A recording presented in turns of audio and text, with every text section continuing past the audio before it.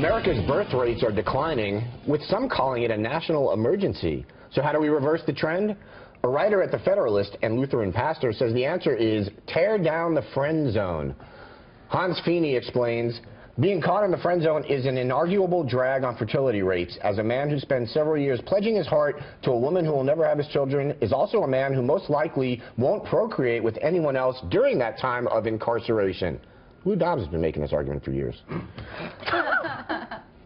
The pastor continues, for the friend zone to be destroyed, women must accept the following truths. You don't have any guy friends, and in fact, you can't have any guy friends. That's right, he argues there's no such thing as a non-sexual friendship between a man and a woman. Let's see what our panel thinks. All right, Michael, using the pastor's definition of a friend here, he says that's someone you deliberately choose to spend one-on-one time with. Do you think he's right that men never want just friendship with women? No, I don't think that's correct at all. I think the option there is probably in the back of their head, but I don't think that their sole focus is to bed every woman. But this guy's a pastor, and he's spreading this much love. Yes, exactly. Intergender, that's lovely of him. I don't think that the rates are plummeting. I think the wrong people are procreating. I think people that are unfortunately don't have the money because it's free fun. Sex is free fun.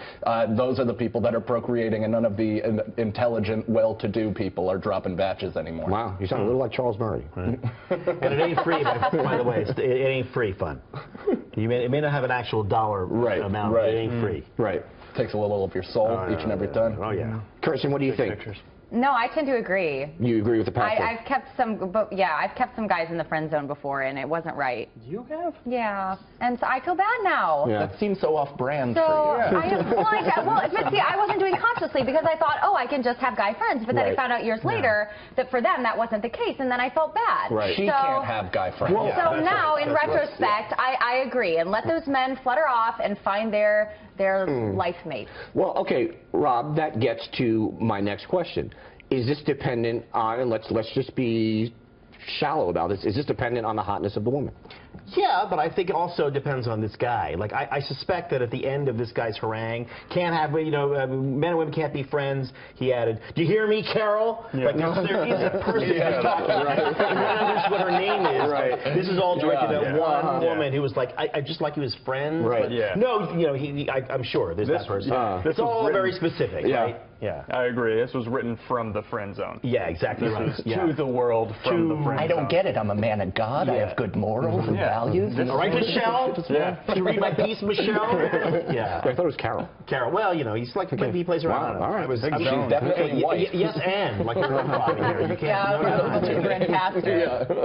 Paul, what do you think? Is it possible to, he's basically saying it's almost impossible to transition from the friend zone to the end zone or relationship zone. Oh. Yeah, well, I've always, first of all, I read this whole article thinking it was written as like a sort of a facetious thing. I thought that this was like sort of a modest proposal, Jonathan Swift. Right. But this guy really means this, and that's tragic. But yeah, you can't, well, I personally don't believe that there is such a thing as a friend zone when you really get down to it, because that's not your friend. If that's just somebody that's lurking around trying to wait for you to drop your guards so that he can have sex with you, that's not your friend. Well, that's a good point. That's not what they do. That's a great point. But yeah, so I think you can definitely be friends with a woman. I remember the first time I ever had a girl friend, and it almost freaked me out. Because I was like, wait a minute, this is a girl that I like, I don't want to have sex with. Is something wrong with me? Am I losing my edge? But it's just, sometimes it's just the way it is, you know? It's not, I don't have any sisters, so every woman aside from, the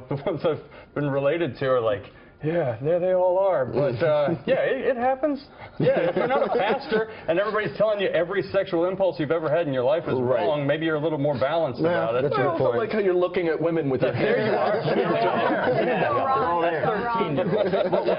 What was this friend who was a girl? What was her name? Her name is Sarah. And what did she look like? She's blonde. She's very pretty. She's engaged to a good friend of mine, and we've been friends for years and years. She's a hilarious comedian. She should have been on this show. Congratulations on being able to lie that quickly. I got a backlog. It's all in the chip. Before we go, I want to get into this. I want to get into this pastor's assertion, because this I thought was weirder than the article itself.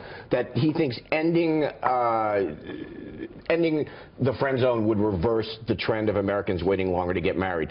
And this is where I started thinking maybe he's sort of known as the snarky pastor. I looked him up. Wow. So I started thinking maybe this is satirical because of all the reasons people aren't getting married young. I don't think the friend zone is anywhere near the top of that list. No, I think if more people are just having sex and procreating, that would eliminate marriage altogether. Why would you ever legally obligate yourself to a person if you could just kind of do your business, handle it, and then make a human? Yeah, and also you're talking about like people are not self-sufficient when they're young anymore because of the economy and whatever other reasons. They're just not getting married right after college or right after high school or whatever. Yeah, it's totally economic reasons, and also a lot of young people, millennials especially, grew up in families where their parents were divorced, and so they saw bad relationships firsthand, and they were like, I don't want to do that. I want to wait till I find the right person. But also, actually, there's a corresponding study about young people who are not getting married as fast, but they're also not having as much sex, just generally.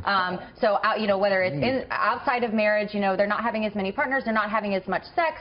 So, I don't know what's going on. Yeah. Maybe they're just like, hands off. The economy's so bad, I just want to stay in a hole and watch Netflix. Right. I don't know. also like pot quite a bit, so I figured that's why I'm coughing dust. That might be right.